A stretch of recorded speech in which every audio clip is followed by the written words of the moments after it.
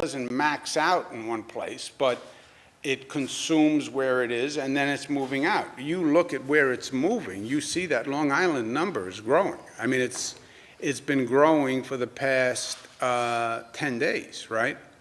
And it's been growing steadily.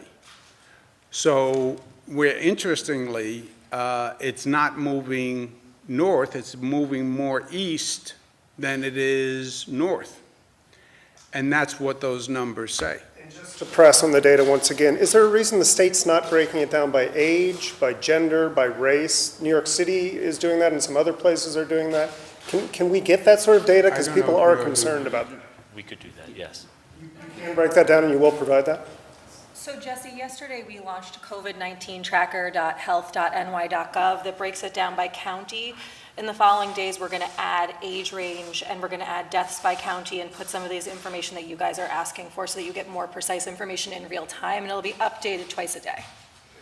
For me, excuse me one second, we get it by hospital because those hospitals are just dots on a map. So if you're looking for where it's moving, which is our number one concern, and then deploying equipment like right ahead of the fire, that's what we're doing. But we can run the data however they have it. Is there any indication that the spread on Long Island is because New York City residents have sort of fled out east or are seeking treatment there? I don't think we know. When are the ventilators from Oregon expected to arrive? And with those additional from China and from Oregon, how many days do you think we have left before we run? Look, we have,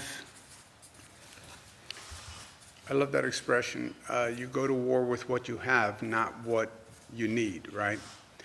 We're not at the apex, so we're still in the stage where we have the luxury, if you will, of gathering as much as we can. So the 1,000 ventilators, and we're from China, and the 140 from Oregon, and we're still shopping, and all those other devices that we talked about, splitting. Splitting and theoretically, splitting means every ventilator can help two people.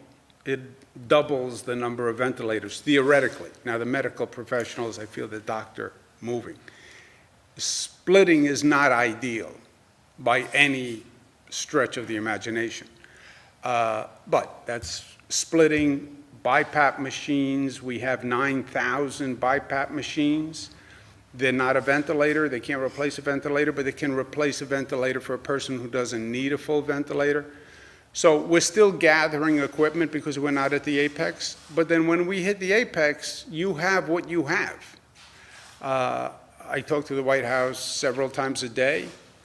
The federal government says the stockpile is about 10,000, moves a little bit, but let's say it's 10,000. That's for the nation. That's for the nation.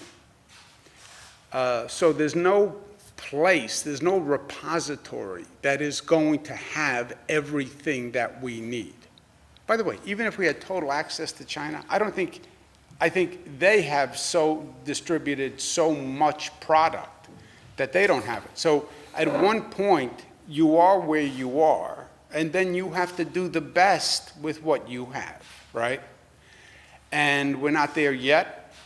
But we're getting close, and then we have all those backup measures, and we're going to have to make do with all of that, the splitting and the BiPAP and the anesthesia machines and the available units and shifting units, and that's where you're going to be. You go to war with what you have. How many days